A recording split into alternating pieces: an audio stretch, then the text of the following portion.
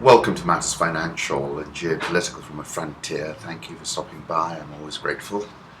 I'd like to thank Bonnie Tunya of CNBC for having me on his show this morning. We spoke about many things: Kenya Airways, the shillings. Covered a lot of content, and hopefully they'll be publishing that soon. Home thoughts. I like this tweet from Travel Mania Kenya, Tembea Kenya, coming up at you from the hills of Borana Ranch, and it's a sunrise and it's really very beautiful, and that took me back to Cummings. It takes courage to grow up and become who you really are. I think that's pretty persuasive. I will take the sun in my mouth and leap into the ripe air alive with closed eyes to dash against darkness. Listen, there's a hell of a good universe next door. Let's go. Then I thank you, God, for this amazing day, for the leaping greenly spirits of trees, and for the blue dream of sky, and for everything which is natural, which is infinite, which is yes. Astro Terry tweeted, "Good morning, sunrise from the space station." I read Said Aburish's book on Saddam Hussein, and I read it before when he originally gave it to me, which was many years ago. I'll put up an image of the book. It's called The Politics of Revenge, and it's about Saddam Hussein. And what I learned, most of all, was that the man was an imbecile. No one was able to speak to him or tell him anything. And he was led with his loyal citizens to the slaughter, not once, not twice, but more than thrice. Put up a photograph of the day he came to power, and then did that very Stalin-esque purge, which caught everybody off guard. It was great to catch up with Hervé Gogo. I thank Mr. and Mrs. Peter Ngeno for Sunday lunch as well. Deutsche Welle is tweeting, US warns Beijing over land reclamation in South China Sea, and the warning has been sounded quite loudly of late. The point is Washington, this is something else, this is from Global Research. The point is Washington doesn't give a hoot about the Spratly Islands. It's just a pretext to slap China around and show them who's running the show in their own backyard. After a decade in which we fought two wars that cost us dearly in blood and treasure, the United States is turning our attention to the vast potential of the Asia-Pacific region. As we end today's wars, I have directed my national security team to make our presence and mission in the Asia-Pacific a top priority. Carter said the Asia-Pacific is the defining region for our nation's future. Half of humanity will live there by 2050. And that more than half of the global middle class and its accompanying consumption will come from that region. There are already more than 525 million middle class consumers in Asia, and we expect there to be 3.2 billion in the region by 2030. President Obama and I want to ensure that businesses can successfully compete for all these potential customers over the next century. No region will matter more for American prosperity. Look, I don't see either side being able to afford to back down, and therefore it's hardball all the way, with the attendant risks of that hardball confrontation. The Pentagon in the third week of May sent a US Navy P-8A Poseidon surveillance plane near Fury Cross Reef in the South China Sea. China is also to conduct live fire military exercises near the Myanmar border. I mean, it's a very, very difficult situation, and I for one think that the US are keen to press their hard power advantage at this moment in time. Currency markets, the euro when I walked in was at 109.25, subsequently has rallied to 109.70. Dollar index must have come off, but it was at 97.39 when I walked in. Japanese yen 124.56. touched 125.05, which was the weakest level for the yen since December 2002. Swissy 0.9419, pound 152.40, having bounced from below 152. Aussie 0.7688, no change in interest rates. Touched 75.98 on Monday, which is the lowest since April the 15th. Indian rupee 63.675, South Korean won 11.1460, Brazilian real 317.57, Egyptian pound 763.26, and the South African rand last trading 12.2667. Market participants are obviously waiting for Friday's US non-farm payrolls report, and that's going to give, that will be an inflection point for the market. I expect a report that shows more than 225,000 jobs were created in that period. The yen, as I said, weakened past 125 against the dollar for the first time since 2002. I'll put up a 1 month target of dollar yen. My target is 125.70. Dollar index, I'll put up a 3 month chart. My target is 100.5, which was the old high. Euro dollar 109.71, but I think, if you listen to the rhetoric that's coming around Greece, it's not as constructive as it could be. Jamie McGeever tweeted on May the 29th, German 5-year yield back below zero and 10-year yield back below 0.5%. I haven't checked what's happening today.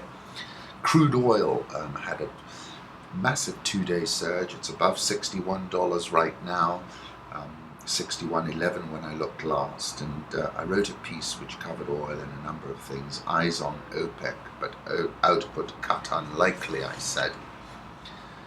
Going back, I started with Richard Kapuscinski in his wonderful book, Shah of Shahs, which is written in a reportage style, for which he was criticized unfairly, and is all about the toppling of the Shah. It says two things about oil. Oil creates the illusion of a completely changed life without work. Life for free. Oil is a resource that anesthetizes thought, blurs vision, and corrupts. Oil kindles extraordinary emotions and hopes, since oil is above all a great temptation. It is the temptation of ease, wealth, strength, fortune, power. It is a filthy, foul-smelling liquid that squirts obligingly up into the air and falls back to earth as a rustling shower of money. To discover and possess the source of oil is to feel as if, after wandering long underground, you have suddenly stumbled upon royal treasure. Not only do you become rich, but you are also visited by the mystical conviction that some higher power has looked upon you with the eye of grace and magnanimously elevated you above others, electing you its favorite. You have to admit that expectations had run ahead of themselves. I'm talking about Kenya big time a little while back. Expectations were off the charts and sky high, but the oil price then crashed and burned from above $100 a barrel to a low in New York of $44 a barrel. WTI, West Texas Intermediate crude oil, closed Friday just above 60, marking a stupendous 36.36% rally from the January lows. It's rallied even further. The volatility in the crude oil markets is nothing short of remarkable of late. In a positive move for the East African oil industry, Helios, which have recently bagged some chunky gains in Equity Group, spent $100 million snaffling up a 12.37% stake in Africa Oil. Africa Oil is an East African pure play and hence a good barometer. The question is this a recovery in the price for real, or is it a dead cat bounce? According to Goldman Sachs, the world is pumping about 1.9 million barrels more crude a day than it needs. OPEC will meet in Vienna this week, and to maintain the bullish price action, OPEC is going to have to cut production. This is not going to happen. Last month, Bloomberg informed us that a sudden surge in demand for supertankers drove benchmark charter rates 57% higher in the 2 weeks through May 20. Daily rates for supertankers on the industry's benchmark reached $83,000, 412 on May 20th, from $52,000, 987 on May the 6th, according to the Baltic Exchange in London.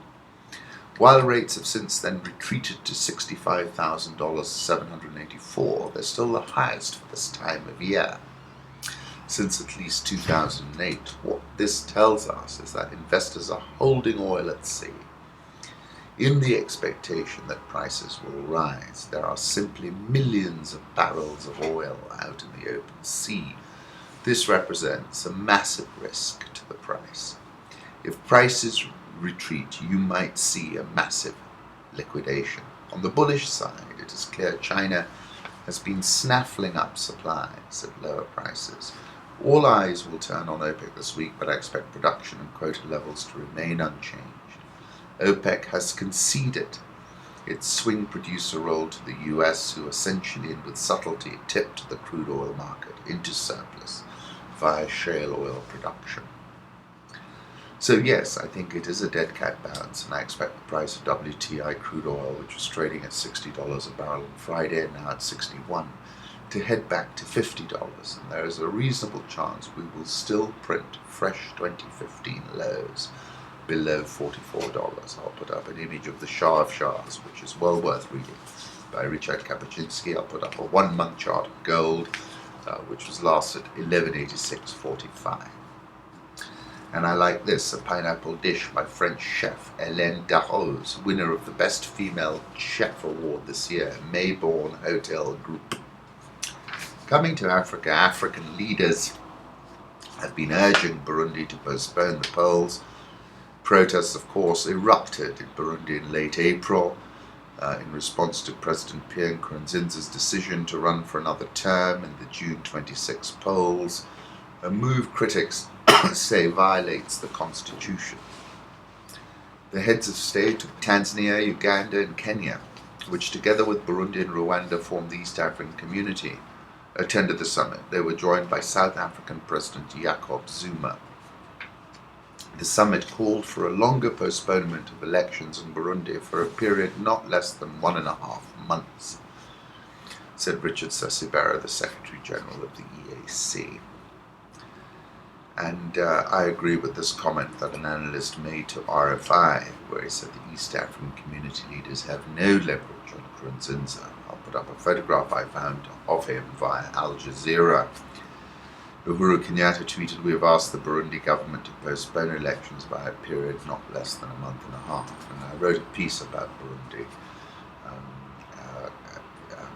called Eyes on Burundi and Spillover Risks on the 4th of May, and I think a lot of it still applies. Do have a look if you have a chance. East Africa continues to be Africa's most powerful economic growth engine. According to a joint report by the OECD, African Development Bank and UNDP, East Africa continues to be Africa's most powerful economic growth engine. This year, the report says the region will post growth of 5.6% in 2016 and will see growth as high as 6.7%. Money flows into Africa from abroad will reach a record $193 billion, catapulted by remittances from African workers.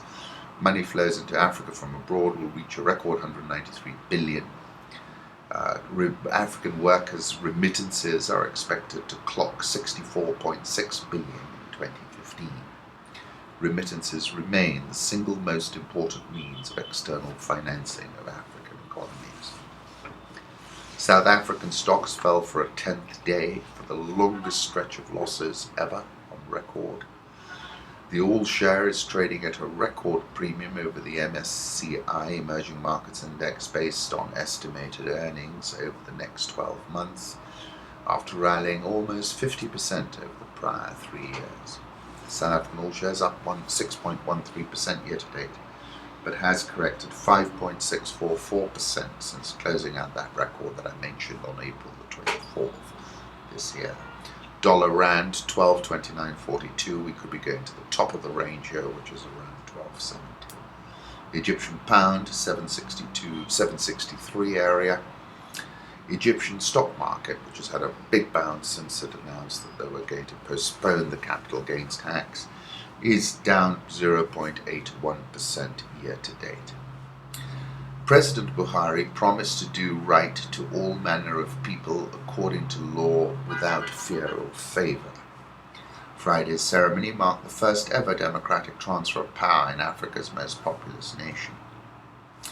Interesting article in the Wall Street Journal Frontiers blog where they're talking about the escalating duel between US and OPEC oil production, saying few countries' oil industries have been hit as hard as Nigeria's has been hit. The West African nation has lost business in its main market in the US, struggled to gain footholds elsewhere, raising a question for the Organization of Petroleum Exporting Countries over whether its decision to fight for market share may have left behind more vulnerable members. Once a highly desired, easy to refine product, Nigeria's oil is now hard to sell in the US and struggle to gain footholds elsewhere. In 2014, it fetched more than $2 a barrel more than the global benchmark Brent crude, according to OPEC data. This year, that premium has plunged to 74 cents on average, the lowest in a decade. Nigerian cargoes that normally sell a month ahead of delivery have languished without buyers. In early May, at least 80 million barrels of Nigerian and Angolan crude was still seeking buyers, according to Barclays. Nigeria is in immense pain, said Remittances, chief oil analyst at Energy Aspects. I'll put on another photograph of Muhammadu Buhari attending his swearing-in on the 29th of May in Abuja. Nigerian oil shares up 1.33% so far this year. The Ghana Stock Exchange is at 10.5-month highs and is up 4.96% so far this year. The South Sudanese minister says UN patrols are frightening Juba residents. These random and uncalled for movement of forces in the streets of Juba in the name of reconnaissance and patrols in the eyes of the citizens amount to harassment and intimidation, Luth said at a ceremony in the city on Friday. Patrolling should happen only when necessary, he said. Coming to Kenya, Botswana's Choppies has entered into a conditional agreement with Kenya's Okwala supermarkets to buy its assets and business name. I wrote about this on the 29th of July 2013, not this specifically, but I was talking about the Africa buyout frenzy, and I was saying I expected this flurry of activity to gather speed and not slow down, and it confirms a breakout moment. You would characterize it, I said, as a land grab. Walmart, according to the FT, is lining up for a slice of Kenyan retail. This is Katrina Manson. Walmart raced to open its first store in Kenya. There were snags. It was forced to import the trademark bright magenta ink that adorns its brash price offers and doorway decor because nobody in the country could produce it. Several obstacles the world's largest retailer has run into in Kenya. The US retail giant has spent the past few years trying and failing to crack the East African hub, whose growth is fueled by aspirational consumption. Walmart's move into Kenya highlights a sea change in the continent as a nascent consumer class expands, draws in foreign investors who had previously overlooked the African middle class, estimated at a total of 350 million in some metrics, way too high. It's the AFDB's metrics. They've consistently been too bullish. We should have been here a while ago, but we just couldn't get the deal right. Unfortunately, it's taken us too long, says Mark Turner, marketing director at Massmart. Massmart's chain game already has 172 outlets in 11 African countries, but Kenya has long been the prize beyond its reach. At $53 billion, Kenya's economy is far smaller than Nigeria's $509 billion economy. The middle class in Kenya is really growing, it's more appealing, it's more sophisticated, and it's ready for formal retail. When Game ultimately opened its Kenyan doors last week, they revealed something more akin to a wholesaler's warehouse than a flashy modern supermarket. Wide aisles, entire banks of kettles, toilet roll, televisions made the offering clear. No frills and no frills prices to boot. Been a lot of activity in that sector. A lot of new malls, Carrefour's coming, of course, which I think is going to put Nakama under tremendous competitive pressure. Well worth reading. Kenya shilling remains firmer after a big sell-off which saw us print levels above 99 before a big intervention. We're currently at 97.706. Nairobi All-Share is down 0.4665% so far in 2015, but closed higher Thursday and Friday last week. NSE 20 is minus 6.377% in 2015, but has fallen 12.965% since March, when it closed at a multi-year, March 2nd, when it closed at a multi-year closing high of 5499.66. Sasini is putting prime Nairobi property on sale for 600 million shillings. This is a building they own on Loiter Street. They put up for sale. Mr. Morales seems to me to be selling everything. Sasini Tea and Coffee has rallied 19.44% so far this year. As I said on Friday, we had a bunch of activity. The market, All-Share had a winning session for the second consecutive session. NSE 20 didn't, but huge volume in Safaricom, which rallied 1.92%. KCB, which closed marginally lower, minus 0.877%, and EABL up 1.01%, traded $16.385 million worth of business, as obviously someone thought that the sell-off was overdone and it was time to step up to the plate. So therefore this week will be pretty key. Will the NSE finally snap its losing streak? Will the All-Share push on? And I suspect it will. Once again, thank you for stopping by. I am grateful.